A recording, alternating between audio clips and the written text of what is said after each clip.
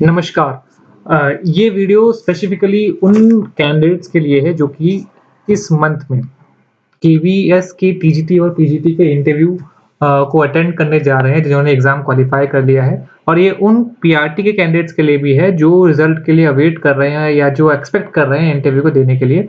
हालाँकि यूट्यूब पे बहुत सारे वीडियोज़ घूम रहे हैं इंटरव्यू के लिए, बस ये लास्ट मिनट कुछ टिप्स हैं, कुछ सजेशंस नहीं हैं, जो आपको मैं बताऊँगा। I myself being a KV teacher, जो स्पेसिफिक पॉइंट्स है वो आपको बताना चाहूँगा इसमें। जो छोटी-छोटी मिस्टेक्स हैं, कंपोज़िशन है पैनल की, वो सब सबसे पहले हम स्टार्ट करते हैं। तो बेसिकली इन 3 पोस्ट के लिए आप अभी इंटरव्यू हमारे हो रहे हैं केवी में, ठीक है? पीजीटी और टीजीटी के रिजल्ट्स आ चुके हैं और कल से ही मेरे ख्याल से इंटरव्यू स्टार्ट भी हो चुके हैं 15 मई से, ठीक है? और बहुत सारे यूट्यूब पे वीडियोज़ आपने देख ही लिए होंगे एक्सपीरियंस के।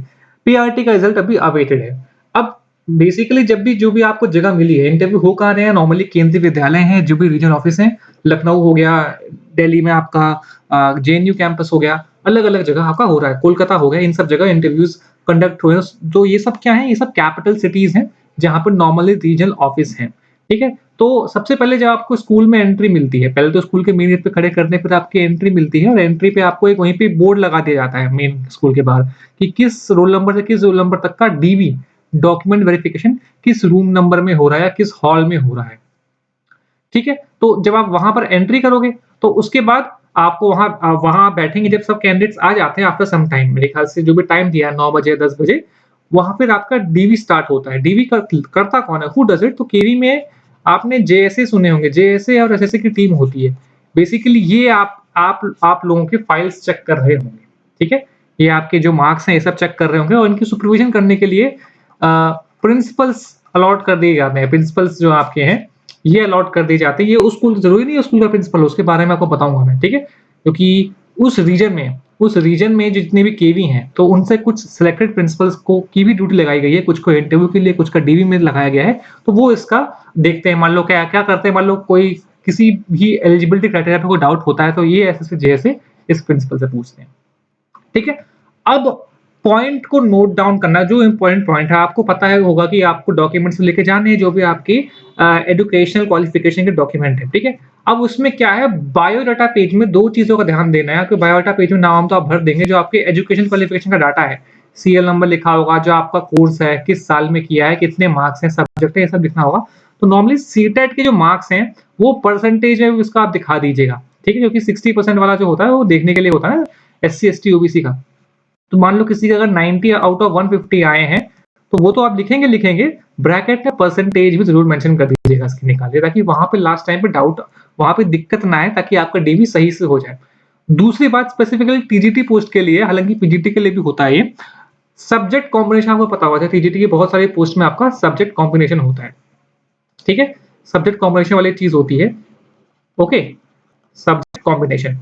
अब सब्जेक्ट कॉम्बिनेशन में जैसे फॉर एग्ज़ाम्पल अगर मैं बात करता हूँ, जैसे आपका टीजीटी मैथ्स हो गया, ठीक है? या साइंस हो गया, एसएसटी हो गया, स्पेसिफिकली इन सब्जेक्ट्स की मैं बात कर रहा हूँ, ठीक है? इंग्लिश, हिंदी और संस्कृत में तीनों साल पे इंग्लिश आपका मेन सब्जेक्ट होता है, ठीक है? अब मैथ्स में आपको पता ही है कि आपका क्या तीनों साल आपका क्या होना चाहिए, पीसीएम होना चाहिए। तो इनके आपको जो आपके जो मार्क्स होंगे ग्रेजुएशन, क्योंकि अलग-अलग यूनिवर्सिटीज़ का अलग-अलग हिसाब-किताब है। कहीं-कहीं पे क्या हो रहा है कि चौथा सब्जेक्ट भी घुसा रखा है, कहीं पे 3 ही सब्जेक्ट पढ़ रहे हैं। तो जैसे डीयू में क्या होता है, नॉर्मली 4 सब्जेक्ट पढ़ते हैं सेमेस्टर वाइज़, ठीक है? जैसे अगर हम यूपी की हम बात करते हैं, तो यहाँ पर कुछ यूनिवर्सिटीज़, आपकी रोहिलखंड यूनिवर्सिटी होगी बरेली वाली, आपकी लखनऊ यूनिवर्सिटी होगी, वहाँ पर 3 सब्जेक्ट चलते हैं, फिर लास्ट ईयर में 2 सब्जेक्ट होते हैं। तो आपके जो पी मैथ्स तो देखना, बाकी इन तीनों का भी आपको क्या करना है, एग्रीगेट एग्रीगेट जो मार्क्स हैं, वो आप पहले से ही एक पेपर पर नोट डाउन करके लिख लीजिए, ताकि जब वो आपको उस समय करें, तो आपको ये दिखा सकें कि ये है। वो तो आपके सामने कैलकुलेटर लेके करेंगे ही, ढूँढने में इश्यू ना आए, उनको दिक्कत ना हो, ठीक है? वैसे ही साइंस में आपका ज़ेडबीसी हो गया, ज़ूलॉजी, बॉटनी, केमिस्ट्री, या फिर एसएसटी में आपका देखिए, इसमें बड़ा इम्पोर्टेंट है, इसमें आपका अ, हिस्ट्री, आपका फिर आपका political science and one more subject, I think economics and geography, ये आपका होना चाहिए। इसके अलावा आपके एक pool of list of subjects दिए होंगे, उनमें से 2 सब्जेक्ट होने चाहिए, कुछ ऐसा वो देख रहे हैं कॉम्बिनेशन। तो आपको इनका जोड़ के, तीनों साल का मार्क्स जोड़ के आप डिवाइड करेंगे, जो भी टोटल मार्क्स आए। फॉर एग्जांपल मैं अगर बात करता हूँ पीसीएम की, टीजीटी मैथ्स की बात करता हूँ, मान लो फिजिक्स है, केमिस्ट्री है, मैथ है, तीनों का अगर हम जोड़ेंगे, तीनों साल का जोड़ के मान लो इनका जोड़ के तीनों साल का जोड़ के मान लो 900 नंबर का पेपर हो रहा है, तो 900 में से कितने नंबर आपके आए? मान लो 500 आए हैं, तो वो आपको लिख के अलग से परसेंटेज ज़रूर निकाल के देख लीजिएगा, क्योंकि ये बहुत ज़रूरी है। स्पेसिफिकली इस चीज़ से ज़रूर ध्यान देंगे टीजीटी की पोस्ट में। तो कोई इश्यू ना हो, कोई शंका ना हो, भ्रम ना हो, इसलिए आप पहले से ये चीज़ बिफ़ोर हैंड तैयार रखिए और वहाँ की ये सब चीज़ें नॉर्मल तो होंगी, आपने जो फॉर्म भरा होगा अप्लाई करे टाइम, उस समय ना कन्फ्यूजन ना हो, हेजिटेशन ना हो, आपको इंटरव्यू के टाइम दिक्कत ना हो, इस चीज़ों का पहले से तैयार कर लीजिएगा आप लोग, ठीक है? अब आते हैं नेक्स्ट हम, क्योंकि जब आपका डीवी हो जाएगा, तो डीवी होने के बाद आपको फिर अलॉट कर देंगे कि इस बच्चे से इस रोल नंबर से इस रोल नंबर तक फॉर एग्जांपल इस पार्टिकुलर रूम में जाएँगे, ठीक है? फिर नेक्स्ट रोल नंबर से नेक्स्ट रोल नंबर तक एक पार्टिकुलर रूम अलॉट कर देंगे कि इस रूम में आपको जाना है। रूम आपका बेसिकली कुछ भी है, रूम के बाहर नॉर्मली कुछ जगह यहाँ पे चेयर्स लगी होंगी या बेंच लगी होगी, ठीक है? और यहाँ पे आपका रूम्स बेसिकली क्या है? क्लासरूम्स है। क्लासरूम में इंटरव्यू कर रहे हैं, कहीं के लैब में भी इंटरव्यू हो रहा है, ठीक है? तो आपको हो सकता है कि एक बार में एक कैंडिडेट को अंदर भेजें, अगले को बाहर वेट करने के लिए बोल दें, ठीक है?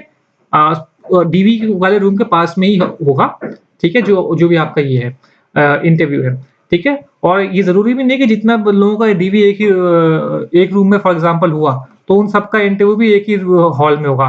It it is quite possible कि अलग हॉल में भी हो जाए, ठीक है? तो वो लेके ही चलना है। अब जब आप एंट्री करेंगे तो सबसे पहले तो आपको देखना है कि यहाँ पे पैनल में है कौन-कौन। तो कंपोज़िशन देखते हैं, जो इंटरव्यू पैनल है नॉर्मली 3 मेंबर्स होते हैं उसमें, 3 मेंबर्स होते हैं, एक बार कभी-कभार it may happen there may be 4 members also in the panel. Okay, normally 3 का है, वो डिपेंड करता है कि वहाँ पे आरओ कैसे कर रहा है। अब होता कौन है, इसमें आप देखिए एक होता है मेंबर सेक्रेटरी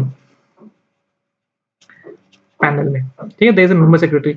अब बाकी 2 मेंबर्स क्या हो सकते हैं देखिए, आपका एक इंटरव्यू जो लोकेशंस है अभी देखिए, लोकेशंस क्या है? कोलकाता है, ठीक है? न्यू दिल्ली है, लखनऊ है और भी होंगी शायद कॉमनली मैंने इन्हीं का देखा अभी, ठीक है? इन जगह पे हो रही है। अब ये क्या है? यहाँ पे आरओ है, कीवी के रीजनल ऑफिस है, तीनों ही जगह पे, ठीक है? अब आरओ क्या करता है, यहाँ से इस रीजनल ऑफिस में फॉर एग्जांपल आरओ कोलकाता की बात करें, जितने भी स्कूल्स हैं, उनके कुछ प्रिंसिपल्स को उसने पहले ही शॉर्टलिस्ट करके बुला लिया है, ठीक है? 2 दिन पहले बुला लिया है, 1 दिन पहले। और ये क्या होंगे, ये यही लोग इसके पैनल मेंबर्स होंगे, ठीक है? ये तो बनेंगे।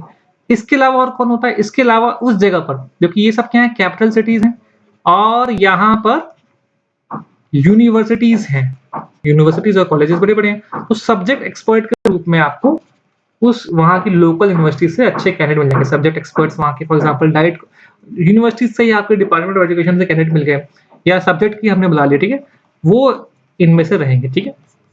ये नॉर्मल रहेगा पीजीटी, टीजीटी और पीआरटी भी ये सीन रहेगा, ठीक है? और अगर ज़रूरत पड़ती है तो वो शायद वहाँ से फिर ज़ीट से भी बुला सकते हैं या फिर वहाँ किसी सीनियर पीजीटी को सॉरी बुला लेते हैं। कभी-कभार पीआरटी में एचएम होता तो नहीं है लेकिन बुला सकते हैं, depends on the RO, right? ये आपका कंपोज़िशन हो गया और मैंने आपको डेज़िग्नेशन बता दिया कौन-कौन, क्या-क्या होता है। अब लैंग्वेज की बात आती है, बहुत लोग घबराते हैं कि लैंग्वेज क्या होनी चाहिए इंटरव्यू में। अब लैंग्वेज आपकी देखिए इंग्लिश का बोल रहे हैं, अगर नॉर्मली आप विश करिए इंग्लिश में करिए, हिंदी में करिए, दैट डज़न्ट मैटर, ठीक है? वो नॉर्मली क्या होता है ना, केवी में इंग्लिश में ही वो पूछ रहे होते हैं, ठीक है? टेल मी अबाउट योरसेल्फ, लेकिन ज़रूरी नहीं है कि आप इंग्लिश में ही बताएँ, अगर उन्होंने इंग्लिश से पूछा respond in Hindi. It depends on you, ठीक है? बाइलिंगुअल मोड चल रहा है इसमें, ठीक है? तो ये आपका इंटरव्यू पैनल की बात हो गई है। हम नेक्स्ट पे आते हैं, एटिक्वेट्स क्या-क्या होने चाहिए ड्यूरिंग द इंटरव्यू। तो ये तो कोई रॉकेट साइंस नहीं है, लेकिन जब भी आप एंट्री करें, ठीक है? एंट्री में for example this is the classroom, ठीक है? ये गेट होगा। मैं अपना बताता हूँ, बाहर बैठने का ये था, टेबल लगी है, ठीक है? 2 टेबल जोड़ के यहाँ पे 3 या 4 पैनल मेंबर्स बैठे होंगे। नॉर्मली यहाँ पे मान लो ब्लैक बोर्ड होगा, ब्लैक बोर्ड या ग्रीन बोर्ड, ठीक है? ये नॉर्मल केस में होता है। आपने एंट्री की, मान लो राइट या लेफ्ट कुछ भी हो सकता है, पोजीशन आगे पीछे हो सकती है, लेकिन नॉर्मली ये होता है, ठीक है? आप एंट्री आप करेंगे तो good morning, good evening wish करके अंदर जाएँगे। मान लीजिए कोई लेडी कैंडिडेट भी है, लेडी पैनल मेंबर भी बैठी है, तो आपको क्या करना है, जो भी आपका good morning sir, good morning madam ऐसा करके आप एंट्री कर सकते हैं। इग्नोर मत करिएगा जेंडर को, ठीक है? आपने एंट्री की और सीधे जाके बैठ नहीं जाना है। आप यहाँ पे जाके खड़े हो जाइए, जब आपको बोले sit down then sit and then thank you, ठीक है? उसके बाद आप थैंक यू उनको बोलिए और उसके बाद जो नॉर्मली वो आपसे नॉर्मल होता है कि अपने बारे में इंट्रोड्यूस करो, ठीक है? उसके बाद वो चालू करते हैं पूछना क्वेश्चंस के बारे में। इन मेंबर्स में से वन बाय वन आपसे क्वेश्चन पूछेंगे। तो इसमें आपको एक चीज ध्यान रखनी है आई कांटेक्ट की, क्योंकि 3 लोग हैं, ठीक है? तो मान लो इस मेंबर ने आपसे कोई सब क्वेश्चन पूछा, तो 3 लोग बैठे हैं आपके पास, तो आप क्या करेंगे? सिर्फ इसी को आंसर नहीं करेंगे, you have to answer all this. ये 2 लोग भी आपको सुन रहे हैं। So maintain eye contact with all the 3 members. इन तीनों लोगों से प्रॉपर आई कांटेक्ट मेंटेन करिए, ठीक है? तीनों मेंबर से। दूसरी बात, आपकी जो टोन है, टोन ज्यादा लाउड भी ना हो और ज्यादा लो भी ना हो, ठीक है? कि इरिटेशन हो जाए या समझ ही ना आए, ठीक है? अपना टोन प्रॉपर मेंटेन रखिए, ठीक है? Maintain your tone. कहीं ज्यादा होगी, कहीं कम होगी ड्यूरिंग टेलिंग, ठीक है? उसमें हम्बलनेस लाइए, ज्यादा हार्श मत होइए, ठीक है?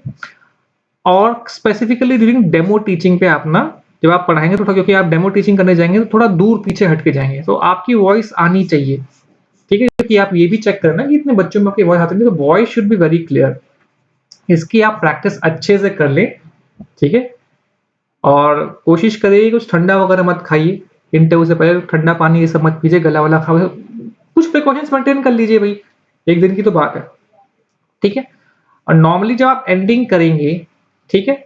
एंडिंग करते टाइम उससे पहले मैं एक चीज और बताता हूँ। जब आप इंटरव्यू में कुछ आंसर क्वेश्चन बता रहे हैं, फॉर एग्जांपल क्वेश्चन कुछ कैंडिडेट मेंबर ने आपसे पूछा, आप है इंटरव्यू देने वाले, मेंबर ने आपसे कोई क्वेश्चन पूछा, अब आप जब बता रहे हैं आंसर, तो उससे आई कांटेक्ट मेंटेन करके रखिए, रखे रहिए, क्योंकि आपको पता नहीं क्वेश्चन का आंसर आपको एंड कब करना है, ठीक है? अब कैसे मालूम पड़ता है? उससे आप आई कांटेक्ट करेंगे तो आपको आगे लगेगा कि उसकी बॉडी लैंग्वेज क्या है, कि वो सैटिस्फाइड है। जब वो सैटिस्फाइड लगे ऑटोमेटिकली आप शांत हो जाइए, ठीक है? हो सकता है बाद में उससे कुछ काउंटर क्वेश्चन पूछ दे, ठीक है? तो इन सब चीजों में आप जब आई कांटेक्ट मेंटेन करेंगे तो कॉन्फिडेंस झलकेगा आपकी इंटरव्यू में, राइट? इन सब चीजों का आपको ध्यान रखना है। एंडिंग में हमेशा आप बात रखिए कि पॉजिटिव चीजें पर अपना एंडिंग करने की कोशिश करिए, कोई भी नेगेटिव चीज मत रखिएगा, ठीक है? ये आपका रखना है। और एंडिंग के टाइम भी आप सबको थैंक यू बोल के जाइए। Don't forget to tell thank you to the members, ठीक है? राइट? अब हम लास्ट पॉइंट पे आते हैं कि डोंट्स क्या नहीं करना है। सबसे पहले तो आपको एग्रेशन नहीं दिखाना है, जोश नहीं दिखाना है। जोश वहां मतलब एग्रेशन मतलब जोश दिखाइए, लेकिन ऐसा भी नहीं कि आप सामने वाले को डरा रहे हैं। आपको टेरराइज नहीं करना है, क्योंकि आप क्या बनने वाले हैं? टीचर। और टीचर क्या करता है? बच्चों को टीच करेगा, किड्स को, एडोलसेंट्स को, ठीक है? तो आपको जब आप इंटरव्यू देने जाएं तो उस पैनल मेंबर्स को आपको किड समझ के ही पढ़ाना है या एक्सप्लेन करना है, ठीक है? इंटरव्यू तो आप दें, लेकिन स्पेसिफिकली ड्यूरिंग डेमो टीचिंग के टाइम पे उनको बच्चा समझ के एक्सप्लेन करिए, ठीक है? लैंग्वेज अपनी पोलाइट रख सकते हैं, रखिए। बायस किसी भी रिलीजन के लिए कोई बायस मत रखिए, किसी भी रीजन के लिए कोई बायस मत रखिए, ठीक है? कोई धारणाएं नहीं, ठीक है? किसी भी भाषा के लिए कोई बायस मत रखिए, खासकर क्योंकि आप अखिल भारतीय सेवा में अब एंटर कर रहे हैं। केवी केवी क्या है? अखिल भारतीय सेवा है, तो ये बिल्कुल भी मत दिखाइएगा बायस अपना, ठीक है? या किसी भी कल्चर को लेकर। हो सकता है कि जो आपका इंटरव्यूअर है, मेंबर है, वो आपकी किसी एक बात से सहमत ना होता हो, तो उस फुल एग्रेशन से अपनी बात मनवाइए मत, ठीक है? सीख लीजिए आप उससे, ठीक है? डोंट पुश योरसेल्फ, अपने आप को पुश मत करिए उस बात को लेकर, ठीक है? सॉफ्टली बात करिए। ना अगर मान जाए तो अच्छी बात है, नहीं मानता तो सर आप ये बोल दीजिए कि सर मैं सीखूंगा अगली बार आपसे, ठीक है? I will learn this thing, ठीक है? नहीं आना कोई बुरी बात नहीं है। टीचर का काम ही क्या है कि वो एक लाइफ लॉन्ग लर्नर है। टीचर एक लाइफ लॉन्ग लर्नर है, तो आपको इस बात से बिल्कुल शर्माना नहीं है, ठीक है? Third fourth thing, language flow. ज्यादा फास्ट नहीं होना चाहिए, ज्यादा स्लो भी नहीं होना चाहिए कि बोरियत हो जाए। टेम्पो लगातार मेंटेन अपना रखिए आप। और वर्ड्स आपके क्या होने चाहिए? ऑडिबल होने चाहिए और क्लियर होने चाहिए, सुनने लायक और साफ शब्द। जैसे अभी आप मेरे वीडियो को देख रहे होंगे, कुछ वर्ड्स मैंने स्किप कर दिए, मतलब एक दो वर्ड अभी हो गया, अभी आप देखेंगे स्किप हो रहा है। जैसे मेरी लैंग्वेज में क्या हो रहा है? फ्लो नहीं जा रहा, कहीं ज्यादा फास्ट हो रहा हूँ, कहीं ज्यादा स्लो हो रहा हूँ। तो ये चीज आप कोशिश करिए कम से कम रखने की। आराम से बोलिए, कोई जल्दीबाजी नहीं है, ठीक है? सामने आप जो लोग बैठे हैं वो आप ही से बात करने आए हैं, आप ही का इंटरव्यू लेने आए हैं, तो don't go too much fast और ज्यादा स्लो नहीं, अपना टोन मेंटेन रखिए। Fifth thing is mother tongue effect. अब होता क्या, जैसे मैं आपको बताता हूँ, हम अलग अलग क्षेत्रों में आते हैं तो मदर टंग का प्रभाव हमारा क्या पड़ता है भाषा पे। जैसे इंग्लिश की मैं बात कर रहा हूँ, क्योंकि आप ये स्पेसिफिकली पीआरटी कैंडिडेट्स के लिए और टीजीटी में जो लैंग्वेज के कैंडिडेट्स हैं, लैंग्वेज के हिंदी और या इंग्लिश के हो गए स्पेसिफिकली उनके लिए है। फॉर एग्जाम्पल, अब जैसे सॉन्ग है, SONG, नॉर्मली हम उसको सॉन्ग बोलते हैं, इसको कुछ लोग सांग प्रोनाउंस कर लेते हैं, कहीं कुछ भाषा से कुछ क्षेत्र के निवासी, कुछ लोग उसको सोंग बोलने लगते हैं। ठीक है, बात समझ रहे हैं आप इसको। फादर है, FATHER, फादर, फादर को फादर बोल रहे हैं। तो नॉर्मली प्रैक्टिस करिए ऐसी चीज़ों को थोड़ा करने की। जैसे स्कूटर हो गया, स्कूटर को स्कूटर बोल रहा है, तो इन चीज़ों का आप थोड़ा-सा, ये मदर लैंग्वेज का प्रभाव है, एक बार में जल्दी ठीक नहीं होगा, पर जब आप बोलें, तो थोड़ा-सा कॉशियस होके बोलें इन सब शब्दों को। ठीक है? यही सब मेरी तरफ से सजेशन था आपके लिए, and all the best for your interview.